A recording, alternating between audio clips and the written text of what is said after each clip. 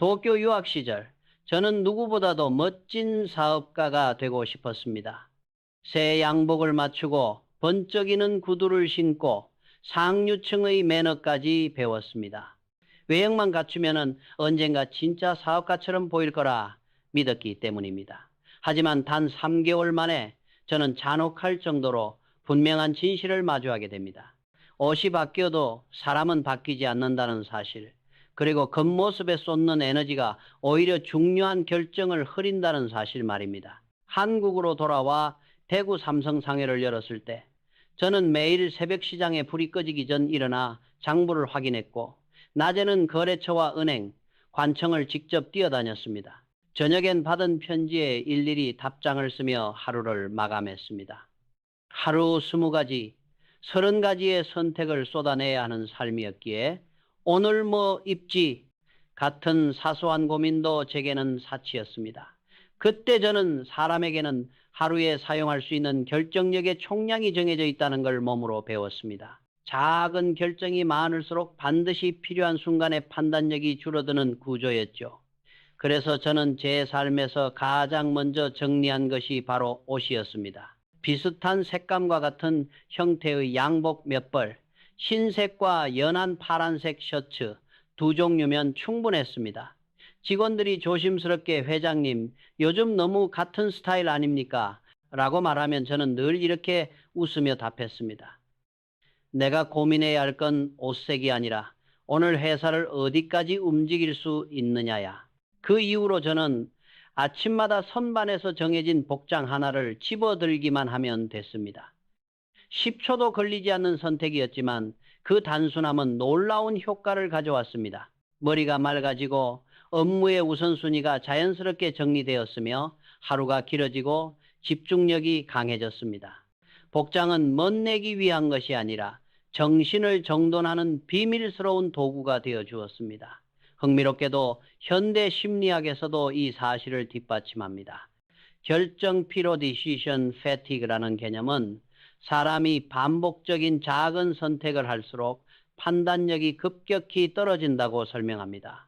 실제로 세계적인 기업가들 스티브 잡스, 마크 저커버그 모두 같은 이유로 유니폼을 채택했습니다. 그들은 옷을 고르는 데 에너지를 쓰지 않음으로써 더 중요한 결정에 두뇌를 온전히 사용했습니다.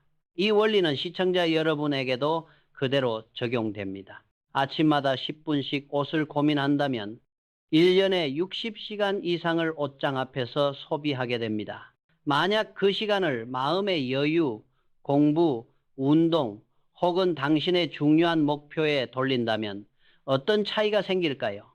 작은 결정 하나가 인생의 흐름을 바꿀 수도 있습니다. 저에게 옷은 사업가 유니폼이었습니다. 복잡한 세상에서 중심을 잃지 않게 해주는 기준점이었고, 회사가 위기에 빠질 때도 제가 흔들리지 않도록 지켜주는 정신적 장비였습니다. 그리고 그 단순한 습관 하나가 결국 삼성이 거대한 전환과 수많은 위기를 통과할 수 있었던 보이지 않는 기반이 되어 주었습니다. 젊은 시절 일본 유학을 마치고 조국으로 돌아왔을 때 한국의 산업 기반은 여전히 허약했습니다. 시장에는 일본산, 영국산, 중국산 직물과 의류가 대부분이었고, 국산은 품질이 낮다는 이유로 외면당하던 시기였습니다. 방직업은 거의 사라졌고 농촌의 집집마다 돌아가던 배틀 소리도 멈춘 지 오래였습니다. 그때 저는 확신했습니다. 이 나라가 스스로 서려면 우리 손으로 만든 산업이 반드시 살아나야 한다. 그래서 제일모직을 설립했을 때 저는 누구보다 앞장서서 국산 원단을 제 몸에 걸쳤습니다. 수입 원단이 훨씬 부드럽고 반짝반짝 빛나 보였고, 해외 경영자들과 만날 때는 외모가 체면을 좌우한다고 말하는 사람들도 있었지만 저는 흔들리지 않았습니다. 나 하나가 보여주는 작은 신호가 산업의 방향을 바꾼다고 믿었기 때문입니다. 어느 날 한 해외 투자자가 조용히 제게 물었습니다. 한국 경제를 이야기하는 당신이 왜 최고급 수입 원단을 입지 않습니까? 저는 미소를 지으며 단 한마디로 답했습니다. 저는 말이 아니라 옷으로 우리의 미래를 보여드리고 싶습니다. 그 말은 단순한 외교적인 대답이 아니었습니다. 저에게 동일한 스타일의 옷을 반복하는 건 절약의 문제가 아니라 하나의 선언이었습니다. 한국 산업은 할 수 있다. 우리는 세계와 겨룰 수 있다. 나는 그 길을 믿는다.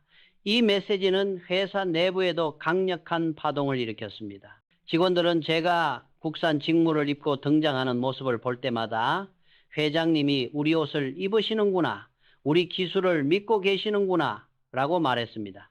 그 신념 하나는 직원들의 사기와 자부심을 크게 높였고 결국 합성 섬유 혁신과 직물 발전을 이끌어냈습니다. 나아가 그 흐름은 전자, 반도체 산업으로 이어지는 거대한 모멘텀을 만들어냈습니다. 이러한 리더의 몸으로 하는 메시지는 현대 경영에서도 중요하게 다뤄집니다. 기업의 가치는 표로 전달되지 않습니다. 리더가 무엇을 선택하느냐, 무엇을 소비하느냐, 어떤 태도를 보이느냐가 조직 전체의 방향을 결정합니다. 특히 요즘처럼 소비가 사회적 신호가 되는 시대에는 더욱 그렇습니다.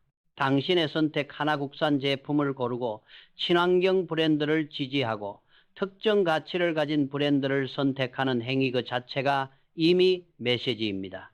그건 한 사람의 소비로 끝나지 않습니다. 주변의 인식, 회사의 문화, 산업의 흐름까지 바꿀 수 있는 파급력을 지니고 있습니다. 그래서 저는 늘 직원들에게 말했습니다. 사장의 옷은 장식을 위한 것이 아니다. 회사가 어디를 향하고 있는지를 보여주는 깃발이다. 리더의 차림새가 너무 화려하면 직원들은 거리를 느끼고 마음을 닫습니다. 반대로 절제되고 맑은 복장은 우리는 같은 목표를 향한다는 분명한 신호를 줍니다. 실제로 어떤 직원은 후에 이렇게 말했습니다. 회장님이 우리 공장에서 만든 옷을 입을 때마다 우리는 세계를 향해 나아갈 수 있다고 믿게 되었습니다. 그 믿음은 숫자가 아니었습니다. 상품이었고 자부심이었으며 미래를 향한 용기였습니다.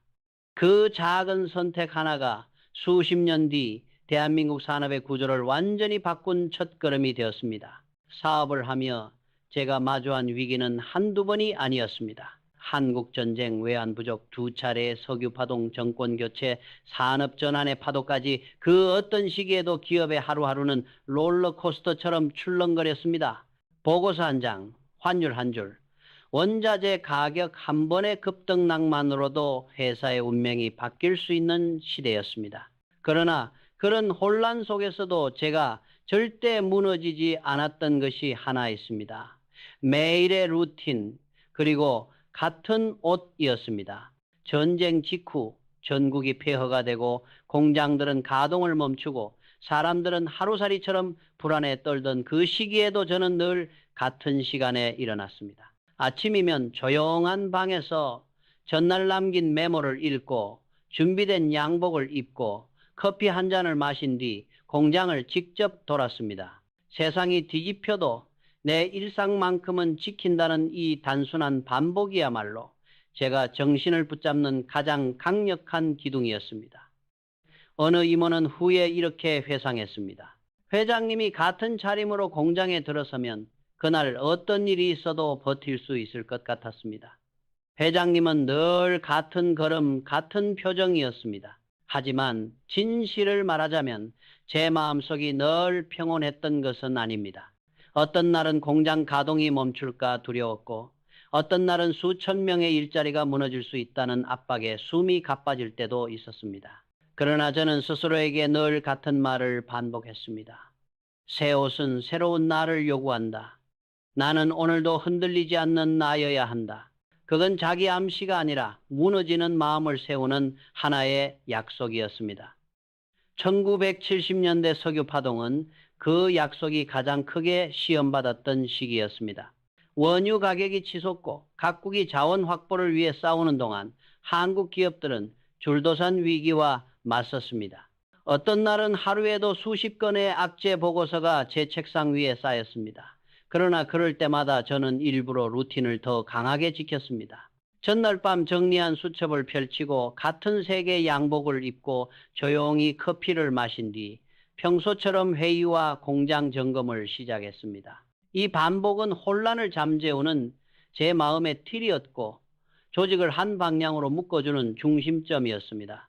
흥미로운 점은 이런 일상의 안정은 리더십에서도 매우 중요한 요소로 평가됩니다. 현대 조직 심리학에서는 이것을 심리적 안전감 (psychological safety)이라고 부릅니다.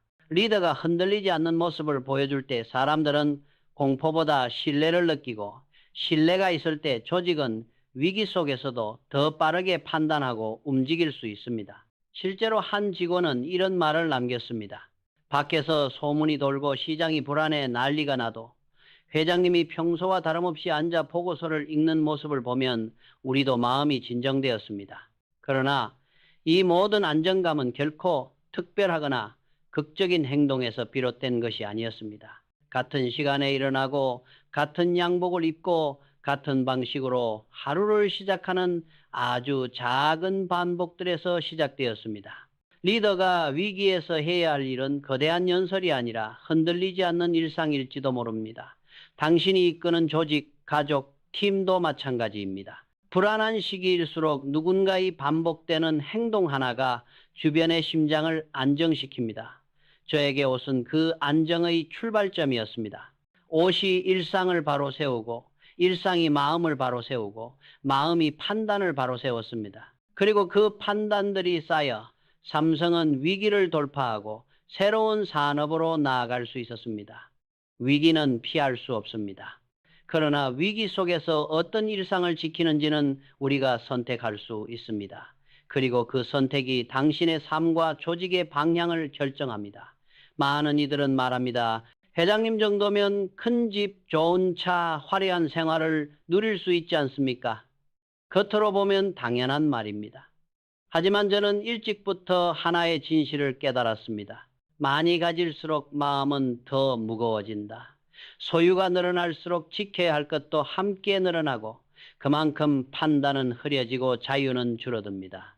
기업의 규모가 커지고 제가 감당해야 할 책임이 나라 산업의 한 축을 맡게 되는 수준까지 확장되었을 때에도 제 개인 생활은 놀랄 만큼 단순했습니다.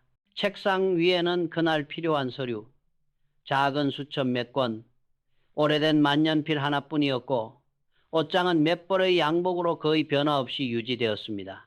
주변은 비어 있었지만 제 마음은 오히려 더 넓어졌습니다. 어떤 날은 직원들이 조심스럽게 말했습니다. 회장님, 새 양복을 맞추셔도 됩니다. 그들은 배려였지만 저는 마음을 고요히 하기 위해 더욱 절제했습니다. 제가 지켜야 하는 것은 화려함이 아니라 흔들리지 않는 판단력, 즉 기업의 생명줄이었기 때문입니다. 저는 분명하게 믿었습니다. 가진 것이 적을수록 더 과감하게 움직일 수 있다. 마음이 가벼울수록 더 멀리 볼 수 있다. 정말 이상한 일이지만 물건을 줄이면 생각이 선명해집니다. 생각이 선명해지면 복잡한 상황도 구조가 보이고 판단이 쉬워집니다. 그래서 저는 중요한 시기마다 책상 서랍을 열어 필요 없는 서류를 버리고 쓰지 않는 물건을 후배 직원들에게 나누어주며 주변을 가볍게 했습니다. 그때마다 머릿속에서 뿌연 안개가 걷히는 듯한 느낌을 받았습니다. 이에 비해 많은 사업가들은 오히려 부자가 될수록 더 많은 것을 사들이고 더 화려한 생활을 하고 더 비싼 옷을 갖추며 자신을 보여주려고 합니다. 하지만 그럴수록 사람들 사이에는 보이지 않는 벽이 생기고 직원들은 사장과 자신을 비교하며 위축됩니다. 어느 임원이 저에게 물었습니다. 회장님은 왜 다른 재벌들처럼 대저택이나 고급차를 사용하지 않으십니까? 저는 웃으며 답했습니다. 내가 화려해지면 직원들은 나와 거리를 느낀다. 그리고 거리는 신뢰를 약하게 만든다. 제가 절제한 것은 돈을 아끼기 위함이 아니었습니다. 사람들과 더 낮은 곳에서 만나기 위해서였습니다. 직원들과 같은 편에 서기 위해서였습니다. 그리고 이 철학은 삼성의 가장 큰 전환점에서 중요한 힘을 주었습니다. 섬유에서 전자로, 전자에서 반도체로 넘어가는 거대한 변화 이런 결정을 내릴 수 있었던 이유는 아이러니하게도 물질에서 자유로웠기 때문입니다. 욕심이 적으면 더 멀리 볼 수 있고 소유가 가벼우면 더 빠르게 움직일 수 있습니다. 현대에는 이것을 미니멀리즘이라고 부릅니다. 하지만 제가 실천한 절제는 유행이 아니라 생존 전략이었습니다. 물건을 줄이면 공간이 정리되고, 공간이 정리되면 마음이 정리되며, 마음이 정리되면 인생의 방향이 보입니다. 가벼운 마음은 위기를 견디고 기회를 붙잡는 가장 강력한 자산입니다. 사업뿐만 아니라 우리의 삶도 같습니다. 지금 집안 곳곳에 쌓여 있는 언젠가 쓰겠지 하는 물건들이 어쩌면 여러분의 마음을 붙잡고 있는지도 모릅니다. 그 무언가를 버리는 순간 마음은 놀라울 만큼 넓어집니다. 저에게 물건을 줄인다는 것은 절약이 아니라 해방이었습니다. 자유로워지는 순간 판단이 명확해지고 미래가 보이기 시작했습니다. 그리고 그 자유는 결국 오늘의 삼성을 만든 가장 중요한 힘 중 하나였습니다. 사업을 하며 제가 가장 중요하게 여긴 것은 사람의 마음이었습니다. 특히 공장에서 하루 종일 기계 소음 속에서 일하는 직원들의 마음을 이해하려면 무엇보다 그들과의 거리를 줄여야 했습니다. 저는 회장실의 의자에서 직원들의 삶을 판단할 수 없다는 것을 잘 알고 있었습니다. 그래서 언제나 같은 양복, 같은 차림으로 현장에 내려갔습니다.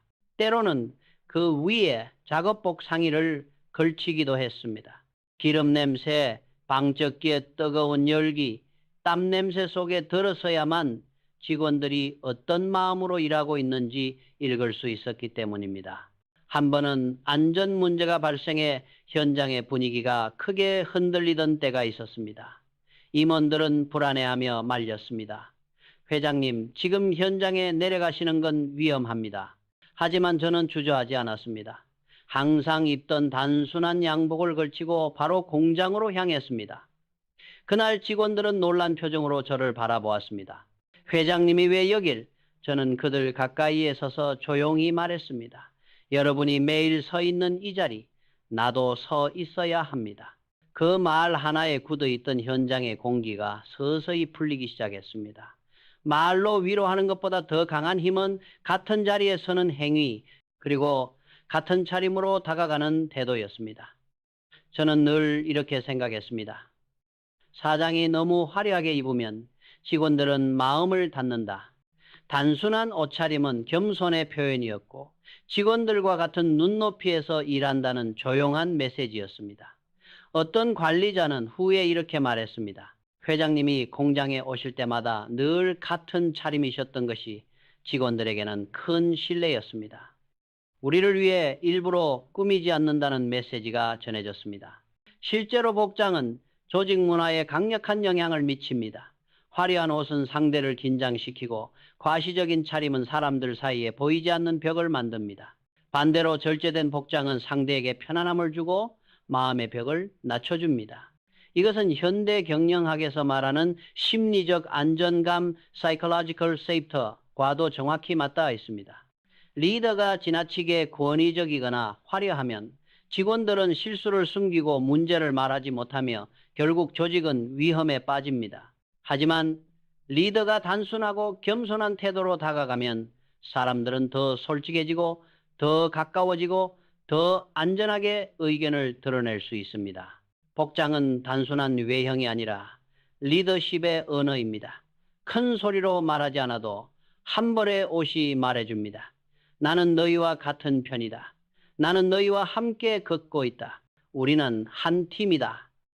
삼성이 산업의 기틀을 잡아가던 시절 저는 그 어떤 기술, 자본, 전략보다도 이 신뢰가 중요하다고 느꼈습니다. 직원들이 서로를 비교하게 만드는 화려함은 필요하지 않았습니다.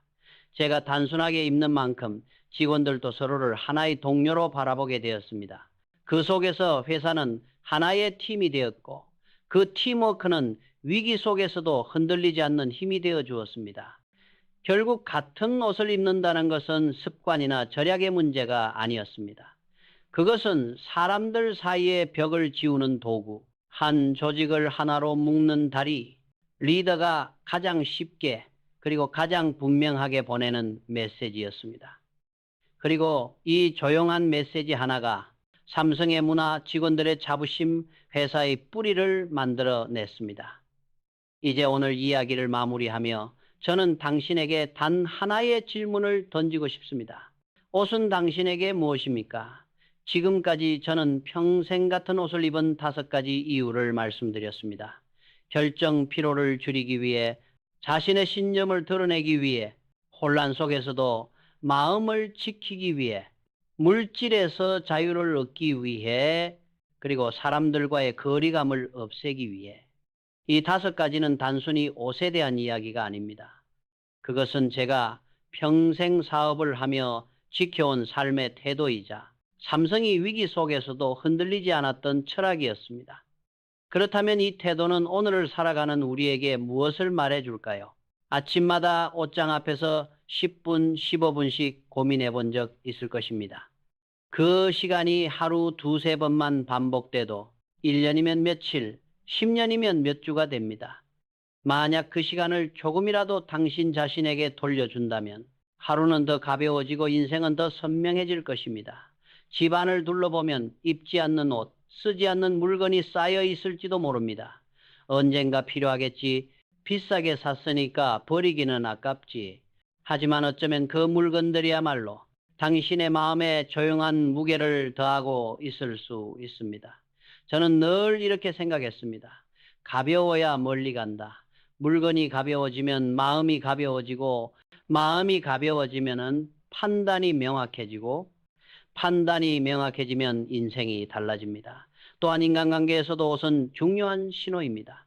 너무 화려한 옷은 상대를 긴장하게 만들고, 과한 치장은 상대를 위축시키고 비교하게 만듭니다. 반대로 단정하고 절제된 옷차림은 상대에게 편안함과 안정감을 줍니다. 옷이 단순해지면 마음의 벽이 낮아지고 사람이 사람에게 다가가는 일이 더 쉬워집니다. 그리고 우리는 환경과 미래 세대도 생각해야 합니다. 이 시대는 소비가 너무 빠르고 버려지는 옷도 너무 많습니다. 그러나 한 벌의 옷을 더 오래 입는 것만으로도 환경을 보호할 수 있고 더 책임 있는 소비를 선택할 수 있습니다. 제가 국산 직물을 오래 입으며 직원들과 나라 산업의 가능성을 믿었던 것처럼 말입니다. 무엇보다 중요한 것은 자기다움입니다. 남의 시선을 의식해 옷을 고르는 나이가 아니라 진짜 나를 드러낼 수 있는 옷을 선택하는 순간 비로소 우리는 자유로워집니다. 그 옷이 비싸지 않아도 좋습니다. 단순해도 반복돼도 괜찮습니다. 핵심은 그 옷이 나를 담고 있느냐입니다. 오늘 이야기를 들으며 당신은 어떤 생각이 떠올랐습니까? 옷은 당신에게 어떤 의미입니까? 습관입니까? 표현입니까? 아니면 부담입니까? 당신의 생각을 댓글로 들려주세요. 그리고 이 영상이 마음에 남았다면 좋아요와 구독을 부탁드립니다. 앞으로도 제 삶에서 얻은 통찰과 한국 산업의 정신이 담긴 이야기들을 계속 전해드리겠습니다. 다음 영상에서 뵙겠습니다.